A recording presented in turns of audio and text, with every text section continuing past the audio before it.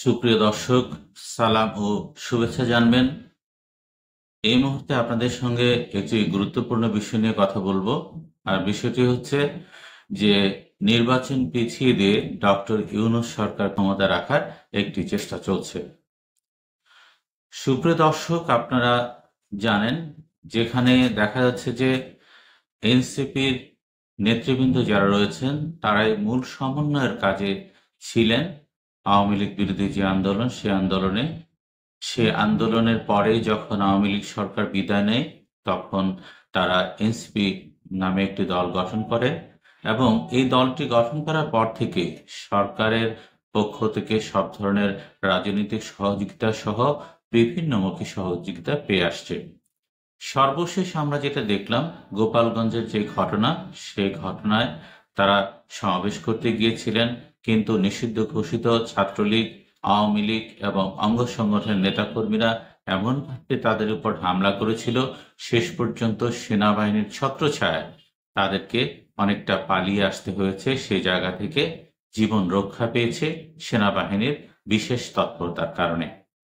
কিন্তু বিষয় যেটা হয়েছে, সেদিন সেনাবাহিনী সহ আইনশৃঙ্খলা বাহিনীর গুলিতে ৪ জন আওয়ামী লীগ সমর্থিত এবং যাদেরকে বিভিন্ন জেলা থেকে জেলায় নেতৃত্ব রয়েছেন তাদের মধ্যে থেকে ৪ জন মৃত্যুবরণ করেছিলেন।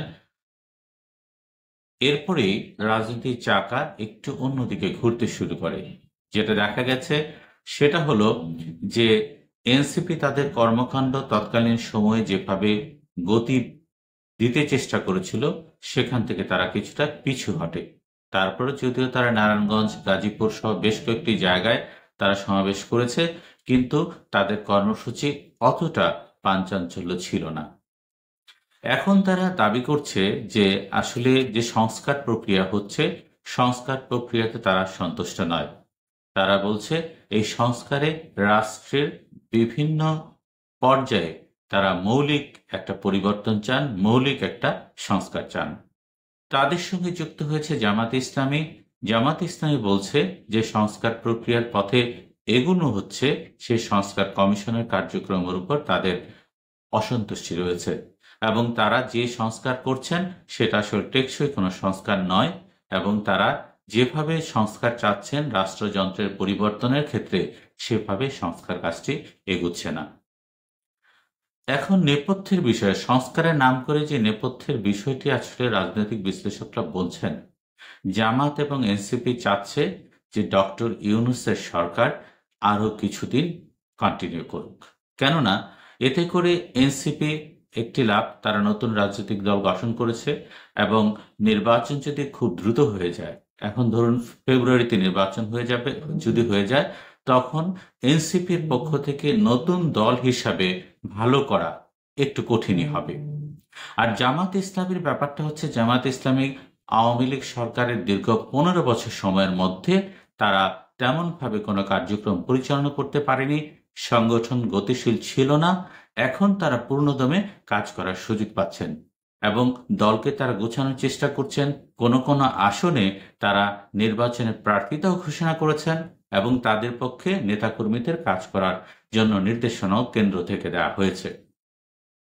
তারাও চাচ্ছেন যদি নির্বাচন আরেকটু বিলম্বিত হয় তাহলে তারা প্রস্তুতির জন্য সময় পান এবং তারা একটু গুছিয়ে নিতে পারেন। তাহলে হচ্ছেটা কি? সেটা হলো যে বৈষম্য বিরোধী ছাত্র আন্দোলন তারাও আসলে পরোক্ষভাবে এনসিপি এবং জামাত ইসলামের সঙ্গে যুক্ত হয়ে একই কণ্ঠে কণ্ঠ মিলিয়ে কথা বলছেন। তার মানে তারা চাচ্ছেন ডক্টর ইউনূসের সরকার আরো কিছুদিন কন্টিনিউ করুক এবং সেটা একটা ভালো সময় ধরে কন্টিনিউ করলে তাদের সব দিক থেকে সুবিধা হয়। কিন্তু এখন প্রশ্ন হচ্ছে যে তারা যে সংস্কার চাচ্ছেন, যেমন তারা আমলাতান্ত্রিক জটিলতা দূর করতে চাচ্ছেন, পুলিশ কমিশনের সংস্কার চাচ্ছেন, এ সকল সংস্কার আসলে একদিনেই হয়ে যায় না। এ সকল সংস্কার, দর্শক আপনারা জানেন, দীর্ঘমেয়াদী প্রক্রিয়া এবং এগুলো সুফল পেতেও সময় লাগে। এখন এই যদি যখন অবস্থা, তখন এনসিপি বলছে কি যে ডক্টর আলী রিয়াজ যে সংস্কার কমিশনের প্রধান, উনি যখন বলছেন যে আজকে তথা ৩১শে জুলাইয়ের মধ্যেই সংস্কার কমিশনের কাজ তারা চূড়ান্ত করতে চান এবং ইতিমধ্যে সংস্কার কমিশনের পক্ষ থেকে যে খসড়া প্রস্তুত করা হয়েছে তা রাজনৈতিক দলগুলোর কাছে পাঠানো হয়েছে। এখন সংস্কার কমিশনের খসড়া প্রস্তাব পেয়ে তারা বলছে যে সংস্কার হচ্ছে, যে যথেষ্ট নয়, এবং এভাবে সংস্কার কাজ এগুলে তারা নির্বাচনে অংশ নেওয়া থেকে বিরত থাকবে। এখন এনসিপি যদি নির্বাচনে অংশ না নেয়, যারা আওয়ামী লীগ সরকারের পতন ঘটানোর পেছনে মূল সমন্বয়কের ভূমিকা পালন করেছেন, তাদেরকে বাদ দিয়ে কি নির্বাচনে যাবে অন্তর্বর্তীকালীন সরকার এবং নির্বাচন আয়োজন করতে চাইবে? তার মানে কি ডক্টর ইউনূসের সরকারকে পরোক্ষভাবে আরো সময় দেওয়ার একটা গোপন ষড়যন্ত্র চলছে।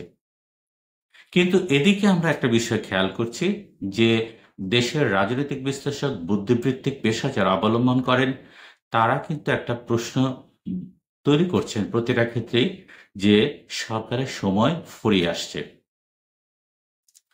এদের মধ্যে ডক্টর দেবপ্রিয় ভট্টাচার্য সম্প্রতি একটা অনুষ্ঠানে তিনি বলেছেন যে এই সরকারের নিরাপদ এক্সিটের একটা পথ খুঁজতে হবে, কেননা যেভাবে রাজনৈতিক বিভ্রান্তির সৃষ্টি হচ্ছে এবং রাজনীতির ক্ষেত্রে এক এক দলের সঙ্গে অন্য দলের যে সমন্বয়হীনতার পথ প্রশস্ত হচ্ছে, এতে করে এই সরকারের পক্ষে সুষ্ঠু নির্বাচন দিয়ে তারা নিজেরা এক্সিট পাওয়ার যে সুযোগ, সেটার সময় দিন দিন কমে আসছে। এক ধরনের অস্থিরতা বিরাজ করছে তার ভাষায় দেশের রাজনীতিতে। এই অবস্থায় ক্ষমতায় ডক্টর ইউনূসের সরকারকে টিকিয়ে রাখার যে সকল দলগুলো চেষ্টা করছে, সেটা কতটুকু সফল হবে সেটা নিয়ে প্রশ্ন দেখা দিচ্ছে।